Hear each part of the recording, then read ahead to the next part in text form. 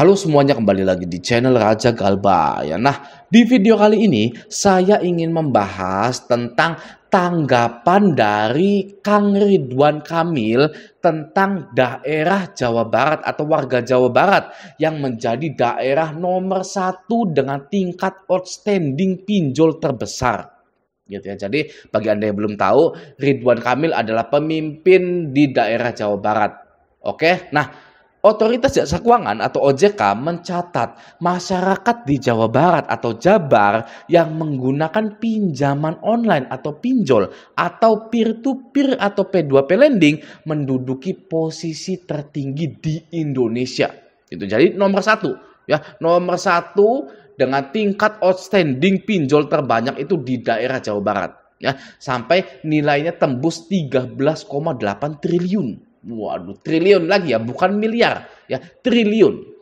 Oke, lanjut ya. Nah, merespon hal itu, Gubernur Jawa Barat Ridwan Kamil menuturkan jika utang baik melalui pinjol maupun konvensional akan selalu ada di daerah manapun.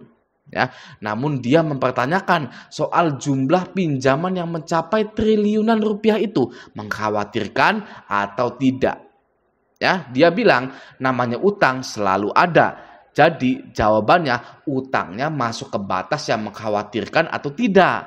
Kalau namanya berutang, hampir semua dari kita kan berutang. Ya, kata Ridwan Kamil saat diwawancarai di gedung DPRD Jawa Barat Kamis pada tanggal 6 bulan 7 2023.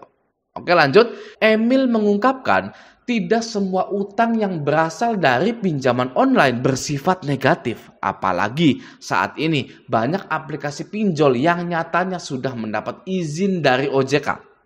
Oke, karena itu Emil menganggap jika utang warga Jabar yang mencapai Rp 13,8 triliun adalah hal wajar. Ya, sehingga pertanyaannya, analisanya apa? Namanya pinjaman mah di mana-mana dan semua serba fintech. Dan pinjol itu tidak semua negatif. Rp 13,8 triliun itu pinjol legal atau ilegal? Kalau legal kan diizinkan OJK, ucap Emil. Lanjut, saya nggak bisa berkomentar itu negatif atau positif. Karena namanya berutang, apalagi warga Jabar atau Jawa Barat, 50 juta jiwa itu hal biasa saja. Ya, tinggal kami diberi penilaian saja, itu negatif atau positif, sambungnya begitu. Ya, Nah, pendapat saya tentang statement Kang Ridwan Kamil ini, ya, pendapat dari seorang Raja Galbay yang gagal bayar di 30 pinjol OJK dan di leasing juga. Ya, pendapat saya seperti ini. Yang pertama, tidak bisa seorang pemimpin menentang kehendak bebas seseorang. Ya, itu kan kehendak bebas seseorang, minjol itu, gitu ya. Kang Emil juga manusia, sama-sama masih makan nasi. Gitu ya. Gimana bisa dia masuk ke semua pikiran 50 juta jiwa warga Jawa Barat? Ya, dia itu masuk ke semua pikiran kita, ya, orang warga Jawa Barat, lalu bilang, "Hei, jangan minjol kamu, ya, jangan coba-coba pinjol kamu, ya." Masuk ke mimpi orang, lalu bilang, "Jangan pernah minjol akang teteh, ya, itu bahaya." Ya, nggak bisa toh seperti itu. Ya kan? Jadi kalau ditanya, sebenarnya simpel ya gini. Jadi kalau ditanya kenapa warga Jabar banyak yang minjol, jawabannya adalah kenapa pinjolnya ngasih. Lucu ya jawabannya ya. Kalau ditanya kenapa warga Jabar atau Jawa Barat banyak yang minjol, jawabannya kenapa pinjolnya ngasih. Ya, berarti pinjol itu, perusahaan pinjol ini menganggap bahwa warga Jawa Barat itu lebih menguntungkan untuk bisnis pinjol daripada daerah lain. Ya, warga Jawa Barat itu lebih menguntungkan untuk pertumbuhan bisnis pinjol. Gitu ya. Jadi sekali lagi, kalau ditanya kenapa warga Jabar banyak yang minjol, ya jawabannya kenapa pinjolnya ngasih. Ya, simple sebenarnya, nggak ribet sama sekali. Tapi karena urusannya pinjol, ya, urusannya itu urusan pinjol, ya jadi ribet. Ya kan, karena pinjol itu tidak ada kebaikan di sudut manapun. Ya, oke ya. Nah, sekarang kita balik ke statement Kang Ridwan Kamil yang seperti ini. Saya nggak bisa berkomentar itu negatif atau positif. Karena namanya berutang, apalagi warga Jabar 50 juta jiwa, itu hal biasa. gitu kan ya. Tinggal kami diberi penilaian saja itu negatif apa positif, ya kan. Nah, saya setuju dengan statement Kang Ridwan Kamil ini.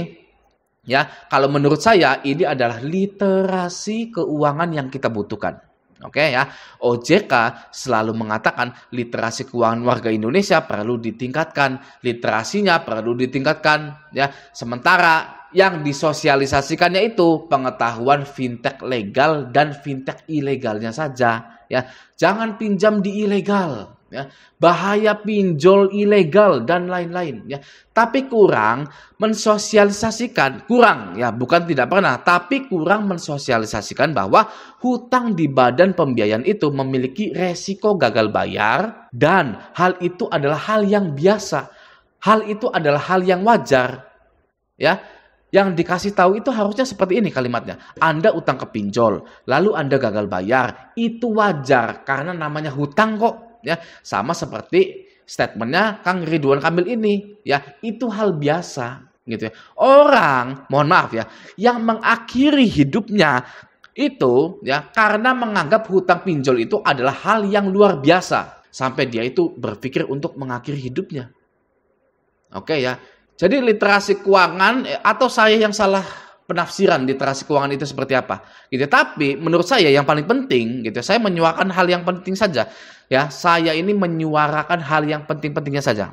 Oke, harusnya sosialisasinya itu seperti tadi bahwa hutang itu sebenarnya hal biasa gitu ya, atau kalimatnya hutang itu hal biasa loh gitu ya. Walaupun memang kedengarannya tabu gitu ya. Ketika ada orang bilang hutang itu biasalah gitu kan ya, tabu memang terdengar ya seperti itu ya, tapi memang sejatinya itu seperti itu, hal biasa saja gitu. Maka dari itu ya, orang yang mengakhiri hidupnya karena gagal bayar pinjol itu menganggap bahwa hutang pinjol itu adalah hal yang sangat luar biasa sekali ya, padahal biasa saja ya. Nah, Anda yang menonton video ini ya wajib menganggap bahwa hutang piutang itu adalah hal yang biasa, apalagi di pinjaman online ya. Jangan sampai Anda itu mengakhiri hidupnya.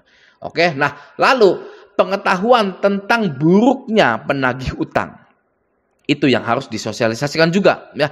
Buruknya penagih hutang di Indonesia.